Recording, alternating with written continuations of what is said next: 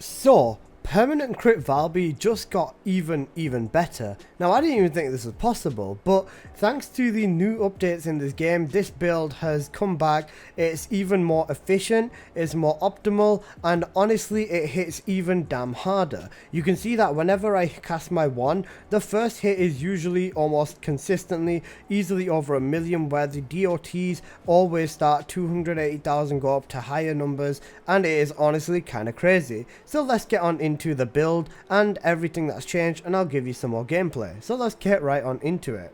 Now, as for the modules have changed, which is something I've been really looking forward to.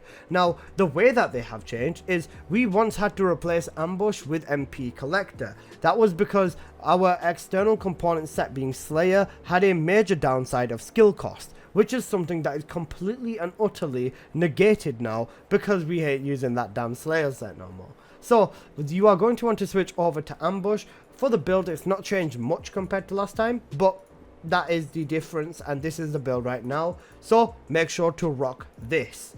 Next up, let's talk about the reactor and external components. Reactor, of course, is going to be the exact same. You're still going to want your scout rifle for your Blue Beetle's crit buff, and then non-attribute fusion, and then cooldown. Cooldown is essential on the reactor. If you've got one stat that you need, you're gonna need to be making sure that you've got this. So here you go with these 4 stats over here as well, and as you can see for your external components, it's going to be Enlightened Mage. Now, if you've already seen my Luna video, you will know that this is absolutely cooking like a monster. Now, this set is going to be ideal with Valby as well. Ideally, you want the MP recovery out of combat, MP recovery in combat, and the max MP, and MP recovery modifier. Other than that, you just want to get yourself the resistances. As for your processor, max shield and toxic resistance would be best. I've got literally neither of them, and this still works like magic, so make sure to do a bit of that.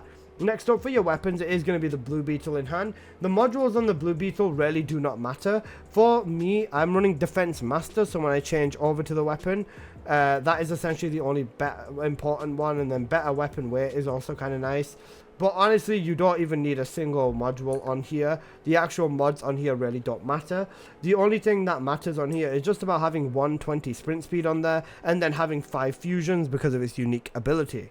Next up, we've got the Peacemaker. Peacemaker is here as a sprinting weapon to be a full sprint speed weapon when I'm running from really long distances. You could replace this with a grapple weapon, so I would still recommend using the Peacemaker. If you wanted to use a Peacemaker with 1 sprint speed and then 2 grapples, that would also work quite nice. Last but not least, it's going to be the Malevolent. We always keep the Malevolent on us, or a Smithereens would work well too if you don't have the Battle Pass. I will show you my Smithereens build in one short moment, but this is the Malevolent we're going to be using. This is just here to delete bosses and stuff like that if we, for whatever reason, do not have any MP.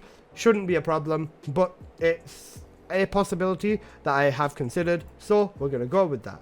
Next up, let me quickly pull the Smithereens out of the bucket, and this is the Smithereens. Now, I did mess up my rolls whilst trying to prove a point, so you're going to want to go with recoil on there and aimed accuracy on them 2 yellow cores that I've absolutely butchered. As for the actual build on here, same as always, these 2 module slots are going to be your element. Apart from that, you're good to go with the Smithereens regardless, simple as it gets. If you do want to be using this for your boss deleting weapon, it's not going to let you down.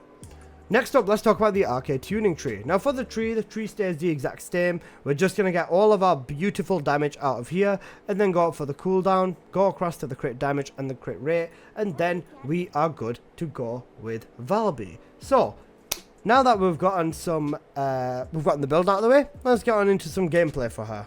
So, let's look at some 400% gameplay, and let me show you how to play the build correctly. Now, you want to make sure that you cast Valby's water down, and then you cast your abilities inside the water. You can see my build hitting over 2 millions everywhere on some of the mobs there. It is absolutely insane. That hits insanely hard, almost as hard as Viesta, except Valby has more AoE. So, you know, it goes a bit back and forth, but Valby is still insanely strong, and that is clear.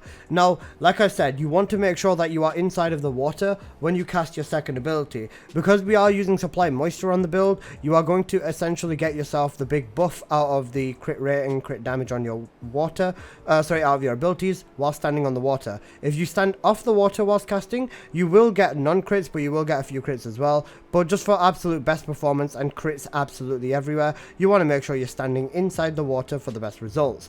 But you can see consistently everywhere we hit insanely high numbers. It's thanks to the buff from the Enlightened Mage set. Now, the non-attribute buff that comes from this set is the true magic as to why this build is absolutely ripping and hitting disgustingly high numbers absolutely everywhere. Like I said, Slayer set was cool, but this set is even better. Next up, let's have a look at how Valby performs up against the bosses inside of a 400%. Now, to no one's surprise, once her crits kick in, yeah, she just rips everyone and everything apart, being like the fastest, or almost the fastest damage slash kills you can pull off on some of these bosses right off the bat. You can see there, I'm not really worried about the DOT. I should have gone to kill him immediately, but I did a stupid and, you know, let him live. But there you go. You can see Valby's taking him out now, and you don't even need to use your weapons or anything like that. The skill cost being back to what it should be is such a blessing for this build. It makes it significantly more viable, and the damage is still, of course, absolutely insane. Now, if you did want to use me on Malevolent, it would make it a little bit faster, but I'm just playing like this to prove a point. And even at the end of this, you can see into the 400 million damage is absolutely insanely good. That is disgusting damage. Just real quick before I show some Sigma gameplay though, I wanted to address something that I've had quite a few people say about my videos and stuff as well. They've said to me stuff along the lines of you only test your builds in solo and private games because you suck and they don't work in public. But, you know, you can see this clearly ripping apart in public. I do also, most of the time, if not all the time, include public gameplay on my videos anyways. But you can see my Valby even in this exact same scenario, but in a public lobby, still absolutely ripping and doing over 250 million damage. So, you know, results in the gameplay, hate on me all you want. I know I'm not wrong. Now, of course, for Sigma Sector, let's run this in public too. You can see here, right off the bat, my crits were somewhat scarce, but as soon as I get in, you can see Valby ripping everything apart again. Sharon is also making her rounds and doing absolutely disgusting levels of damage and one-shotting everything too, so don't worry, I'm not the only one with this. Now, with Valby, I didn't actually have the right weapons to be shooting at the shooting at the ship, so forgive me for not doing the most damage there. However, once it comes to this stuff over here, also lag spike when destroying the ship, I apologize. When it comes to this over here, you're going to see my Valby just ratio and rip everything apart as expected. Now, Sigma, as expected, is no challenge for Valby. My 2 millions are still spawning in everywhere, deleting everyone and everything. Just because Valby might not be the fastest Descendant in the room because she's holding the blue beetle, does not mean she's one of the most does not mean that she's not one of the most capable. Now, even with the Sigma gameplay, you can see me just ripping. So I'm going to just fast forward a little bit to the boss fight to show you how that bit goes as well. And to nobody's surprise, as soon as my crits get going and I'm just casting them in the water, every single hit that is a crit just rips apart both of the bosses. Sharon and the Luna, of course, put in the work in as well, but you can see my Valby is absolutely kicking as well. Even with these mobs over here, you can see me running out of ammo, and this would be a situation where I would use the Malevolent. But even with this, you can see that I'm just relaxing. I'm genuinely not doing much. I'm just vibing, letting my MP recover, and seeing that they've just killed the boss. I decided to jump back in and throw out 1 or 2 of my water bubbles again. But you can see here, if this was Slayer set, I wouldn't have had the chance to cast even 2 of them, let alone 5 to 6 of them. And even this, you can still see me ripping apart some of the mobs. Valby is doing her thing. You know how she goes and you know how she do it. And final phase on the boss now. There you go. See, even though my water has basically been down for a minute, the DOT is still pretty nice. And then I just used the blue beetle a little bit like that. But that's basically been this video, and I hope you guys have enjoyed. If you did, please smash the like button, and that damage is pretty nice too. But yeah, Perma crit Valby is better than ever, and you should 100% update your build or use this build if you haven't already. And yeah, that's been this video. Smash that like button. I make plenty of guides on the first Descendant, and I'll see you in the next one. Peace.